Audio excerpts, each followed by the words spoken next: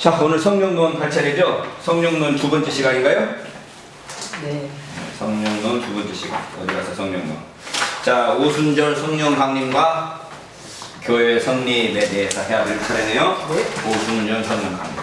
그러니까 우리가 지난 시간에 봤던 것처럼 성령께서 강림하시는 사건의 의의는 구속사적인 영단번 영구적 사건이다. 그러니까 성령 강림은 한 번 있지 여러 번 있지 않는다. 그런데 이게 이제 개개인에게 성령께서 임하시고 성령 체험 받는 것을 오순절 성령 강림절 사건과 동일한 사건으로 볼 수는 없다.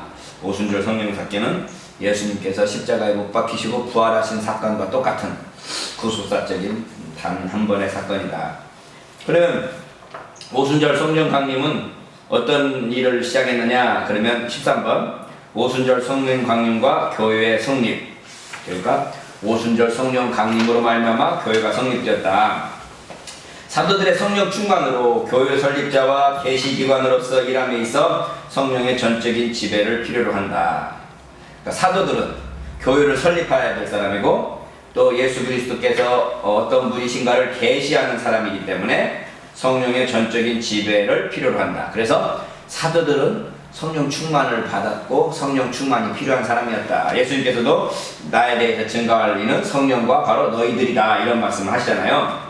그럼 사도들을 통한 성령의 증거를 보면 방언이 일어났고 예수 그리스도를 증거하기 위한 반편으로 처음 복음 증거의 한 도구로 성령의 은사, 성령의 권능의 한 표현이다. 신유는 뭐냐? 기적이 목적이 아니라 예수 그리스도를 증거하기 위해 베드로의 설교, 시선을 예수께로 향하게 해서 5,000명이 예수를 믿게 되었다. 이런 이야기인 거죠.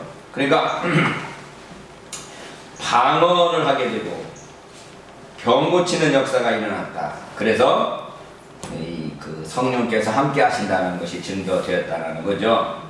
그러면 성령의 사역과 교회의 탄생을 보면 베드로의 설교를 통한 예수 그리스도의 선포가 있었고 죄의 본성은 뭐냐? 그러면 죄를 지적받으면 대적하고 폭로자를 죽이려 하는데 성령의 역사로 죄를 지적함에 있어서 마음이 찔려 회개하게 된다라고 하는 거죠. 보통 사람은 너 이러이러한 죄를 지었다 라고 말하면 어떻게?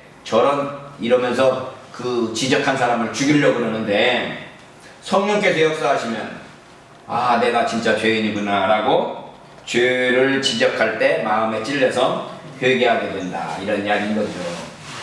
어떤 왕이 당신이 바로 그 죄인이요 그러면 그래 내가 죄인이다 하고 자복하겠어. 네?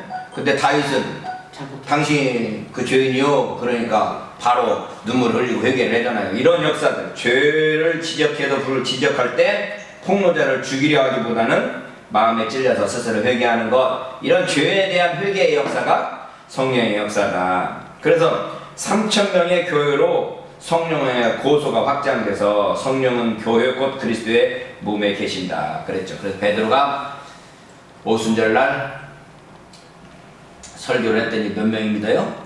3,000명이 믿었다. 그리고 또 설교했더니 또 몇 명이 믿어요?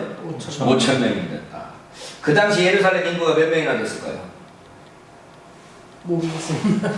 그 당시 예루살렘 인구가 몇 명이나 됐을까? 모릅니다. 학자들의 통계에 의하면 이렇게 저렇게 따져가지고 그 당시 로마가 몇 명 정도 살았고 그러니 저쪽 팔레스타인 한쪽 구석에 있는 예루살렘에 몇 명이나 살았을까를 계산해 봤을 때 많아도 2만 명 정도 된다고 그래요. 2만 명. 2만 명 정도 됐는데 3,000명 믿고 5,000명 믿어갖고 8,000명 믿으면 어떻게 된 거예요? 반절 이상이 믿어버리는 거 아니에요? 예? 이 숫자는 좀 뻥튀기한 숫자일 가능성이 크다. 문학적인 용법으로 많은 사람이 믿었다라는 것을 표현하는 숫자이지 문자 그대로 그 숫자를 이해하기는 어렵다라고 말할 수 있죠. 뭐 이렇게 또 말하면 또 난리가 나지. 성경을 못 믿네 해가면서. 근데 이제 당시 예루살렘 인구가 약 2만 명 정도라는 그 사회학적 그 연구 결과에 의해서 이 예루살렘 교회 형편을 봤을 때 이렇게 많은 숫자는 아니었을 거다라고 말할 수 있죠. 어쨌든 이 교회가 이렇게 성령의 역사로 말미암아 믿음을 고백하기 시작하면서 성령과 교회의 삶은 이렇게 몇 가지 이렇게 활동을 하게 되는 거죠. 첫 번째가 말씀을 가르쳐. 나사렛 예수의 생애와 사역, 그에 대한 구약 성경의 증언, 이런 것들을 가르치는 말씀을 가르치고, 두 번째 교제를 했어요. 교제. 서로 교제하고. 세 번째 떡을 이 떡을 땜 우리가 성찬이라고 그러죠. 예수 그리스도의 십자가와 부활을 기념하는 의식으로서의 떡을 땜.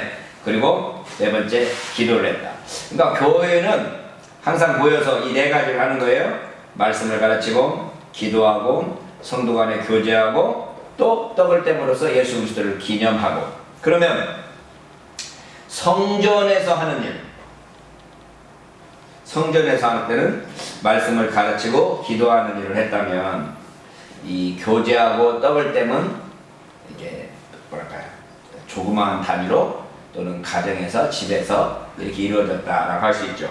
그러니까 주로 그러니까 전체 회중들의 활동이 있고, 소그룹, 각 가정마다, 집집마다 또는 무리지어서 소규모로 해나가는 일이 있을 것이다, 이렇게 말할 수 있죠. 그러니까 전체가 모여서는 기도하고 성경을 배웠다면, 군데군데 무리 지어서는 교제하고 떡을 뗐다라는 거죠.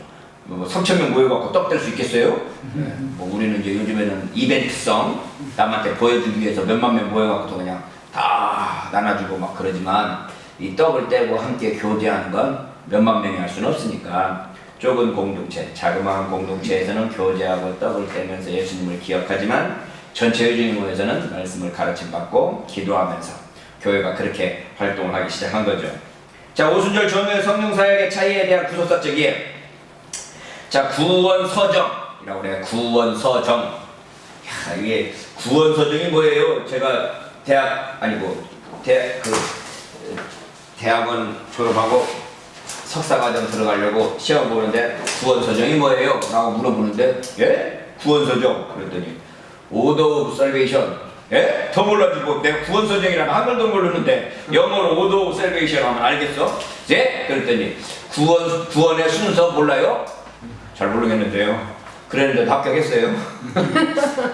뭐 학생들이 없으니까 합격했는지 모르겠지만, 구원서정이란 말을 한 거면 구원의 순서. 우리가 구원 얻는 데 있어서 어떤 순서를 밟아서 구원을 얻게 되느냐라고 하는 거죠. 한 개인이 믿어 중생하여 영화로운 단계에 이르는 개인 구원의 차원에서 이렇게 순서가 있냐, 이렇게 구원서정. 그래서 이제 오순절의 성령 강림을 우리 개인이 구원을 얻는 데 있어서 어떤 하나의 과정으로서, 단계로서의 성령 강림을 말하는 게 아니라 전체 객관적인 구속사적 관점에서 이해해야 된다. 그러니까 오순절 성령 강림은 내가 구원받기 위해서 어느 단계에서 성령 강림의 경험을 해야 된다라는 그런 개인적인 차원이 아니라 어떤 차원? 전체 구속사적 차원에서 이해해야 된다라는 거죠. 그래서 신약 성경과 구약 성경의 차이점이 뭐냐? 그러면 예수님께서 십자가에서 죽으시고 우리 대신 희생 제사를 드릴 것을, 장차 와서 드릴 것을 믿고 예수 믿는 사람들이 구약 시대고, 간다면 십자가이기 때문에 구약 성경은 장차 오실 예수 그리스도를 미리 보고 예수를 믿는다면, 신약 시대 우리는 이미 십자가에서 돌아가신 예수 그리스도를 뒤돌아보고 믿는 자들이라 이래요. 근데 이 예수 그리스도의 십자가와 부활 사건과 같은 게 뭔가 하면 오순절 사건이다. 오순절 사건은 그러니까 내 개인의 어떠한 구원의 서정, 구원의 순서에 대한 문제가 아니라 전체 구속사적인 구속의 역사 속에서 이루어지는 일이다 라고 하는 거죠. 그럼 이 구약 성경 시대의 성령은 어떤 일을 했느냐? 오순절 예수 그리스도의 십자가 부활로 오순절에 성령 강림을 해서 우리가 그리스도인들로서 성령의 인도하심을 받는다면, 구약 시대의 성령은 어떤 역할을 했느냐?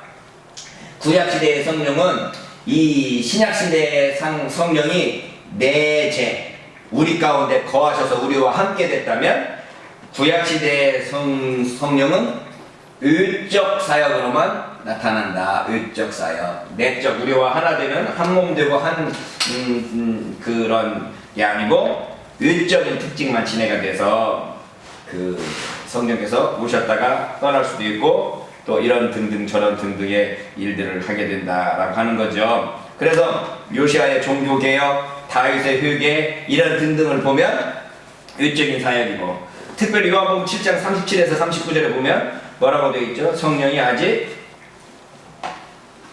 저희들 가운데 있지 아니하리라. 37, 39절에 보면 명절 끝난 그 큰 날에 예수께서 서서 외쳐 이르시되 누구든지 목마르거든 내게로 와서 마시라. 나를 믿는 자는 성경에 이른과 같이 그 배에서 생수의 용이 강이 흘러나리라 하시니, 이는 그를 믿는 자들이 받을 성령을 가리켜 말씀하신 것이라. 예수께서 아직 영광을 받지 않으셨으므로 성령이 아직 그들에게 계시지 아니하시니라. 그러니까 예수님께서 이 오순절 강림하시기 전에는 성령이 계시지 않았다는 이야기예요. 근데 구약 성경 보면 성령이 있어요, 없어요?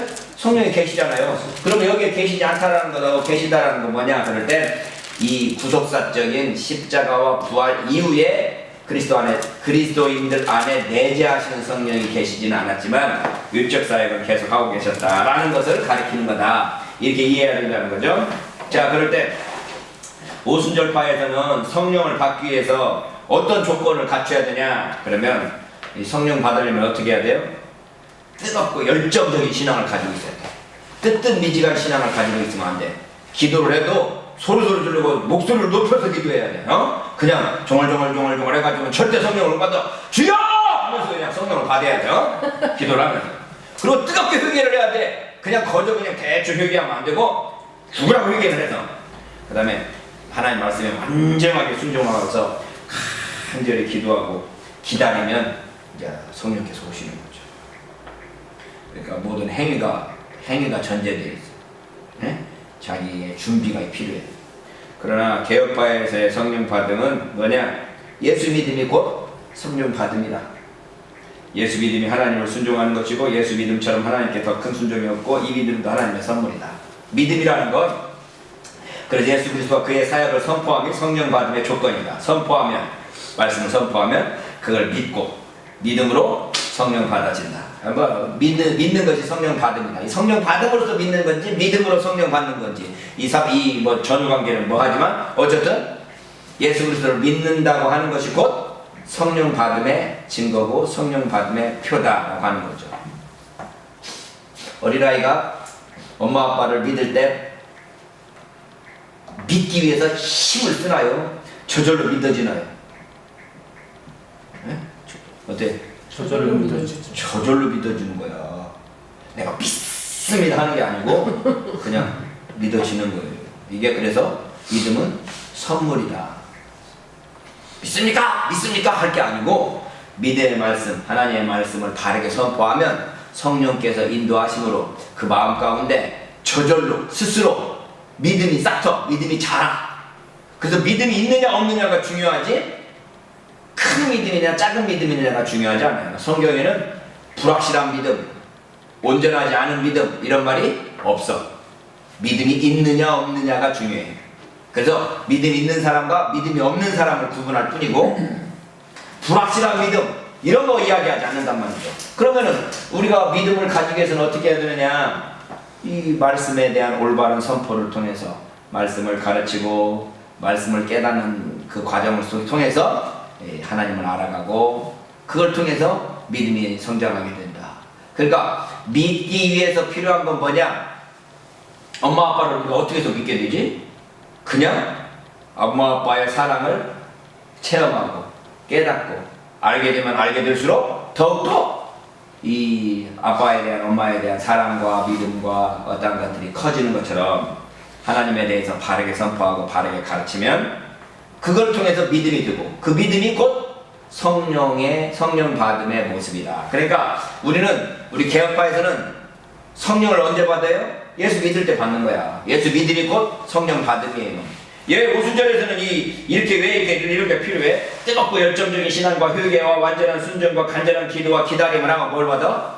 이걸 방언받는다고 그러죠. 방언받기 위해서 이렇게 해야 되는 거야. 방언받기 위해서 이렇게 함으로써 성령 받음의 표가 뭐냐? 방언이라고 믿었으니까. 오순절파는 성령 받음의 표가 방언이라고 생각을 했어요. 물론 지금 이 신학이 조금 바뀌긴 바뀌었어. 오순절도 반드시 이렇게 주장하지는 않는데 오순절이 초기에 시작할 때는 이 방언 운동으로 시작했으니까 내가 오순절 목사님들을 많이 만나서 오순절 목사님 설교를 자주 들었지만 순복음교회 이영우 목사님이 3년 전인가 4년 전인가 그 순복음교회 오순절 교단이 우리나라에 뭐 5개 교단이가 있거든요. 그 5개 교단이 모여갖고 함께 예배를 드리면서 거기 총회장 대표회장을 뽑는데 그 양반 회장 되면서 수락 설교를 하는데 내가 설교 듣고 그래 오순절파 목사님 다운 설교를 한다 하면서 내가 그렇게 내가 스스로 내가 칭찬하려는 아니지만 정말 오순절 목사답다라는 말 한 이유는 이영원 목사가 그 설교를 하면서 하는 말이 우리 오순절파는 방언운동입니다. 방언운동 다시 해야 됩니다. 막 강력하게 주장하더라고. 그래서 그래 오순절은 그래 오순절은 방언운동이에요.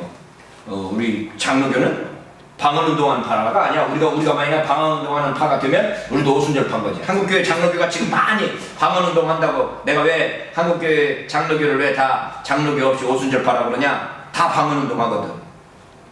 장로교는 방언운동이 아니고 예수 믿음이 곧 성령 받음이라고 믿고 예수를 어떻게 잘 믿고 어떻게 하나님 말씀을 바르게 믿을 것인가를 강조하는 교단이다. 그런 교리를 강조한다. 그렇죠.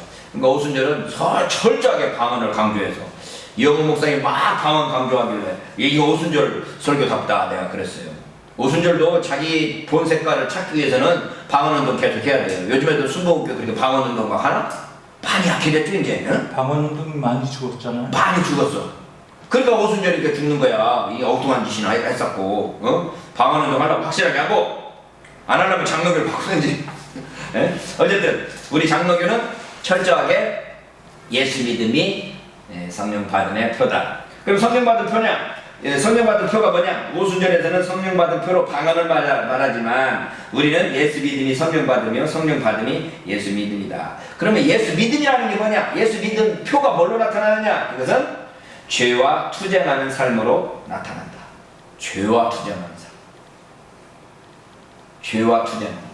그러니까 우리가 예수 믿는다 그러면 죄와 그냥 어우렁더우렁 사는 게 아니고 철저히 죄를 거부하고 죄와 싸우고 그래서 하나님의 충만한 거주를 위한 죄와의 투쟁이 있는 게 진짜 그리스도인의 모습이다. 이 사람이 예수 믿는 사람이냐 예수 믿지 않는 사람이냐를 구분하는 시금석, 이 사람이 성령 받은 사람이냐 성령 받지 못한 사람이냐를 구분하는 시금석, 죄에 대한 회개가 있느냐 그 다음에 죄에 대한 투쟁이 있느냐. 뭐 죄와 더불어서 살면서 내가 예수 믿습니다 어쩐다, 이건 예수 믿는 사람의 삶의 모습이 아니다라는 거죠. 제가 요즘에 지금 어쨌든 책을 읽는 것이 워치마니의 전집을 한 몇십 권짜리를 몇십만 원 주고 사가지고 이걸 사놓고 읽지도 않고 죽기는 좀 미안해서 죽기 전에 이걸 다 읽고 죽어야 되겠다 해서 내가 지금 워치마니 책을 읽고 있는데요. 옛날에는 참 은혜롭게 읽었는데 요즘에는 이제 내가 컸는지 내가 믿음이 없어졌는지 그 워치마니 책이 이렇게 막 감동되지는 않는데 워치마니가 지옥 가기 글 제목이 뭔가 하면 지옥 가는 길 해가지고 15가지로 지옥 가는 길을 이야기하더라고. 그 지옥 가는 길 하면서 성경 구절 한 구절씩 다 이야기해 15가지 이야기하는데 예수 믿지 않음도 지옥 가는 길이지만 그러니까 그 성경에서 지옥 간다고 하는 몇 가지 그 구절들을 막 골라가지고 예를 들면 거짓말하는 자 이 지옥 간다고 돼 있어. 요한계시록에 보면 거짓말하는 자는 불못에 빠뜨리거든.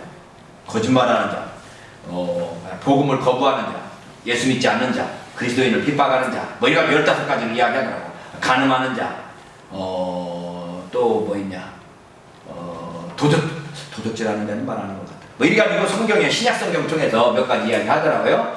그러니까 이 죄와 투쟁하는 것, 이게 우리 성령 받음 또는 예수 믿음의 가장 중요한 표다라고 하는 거죠. 그러면 성령을 받은 사람이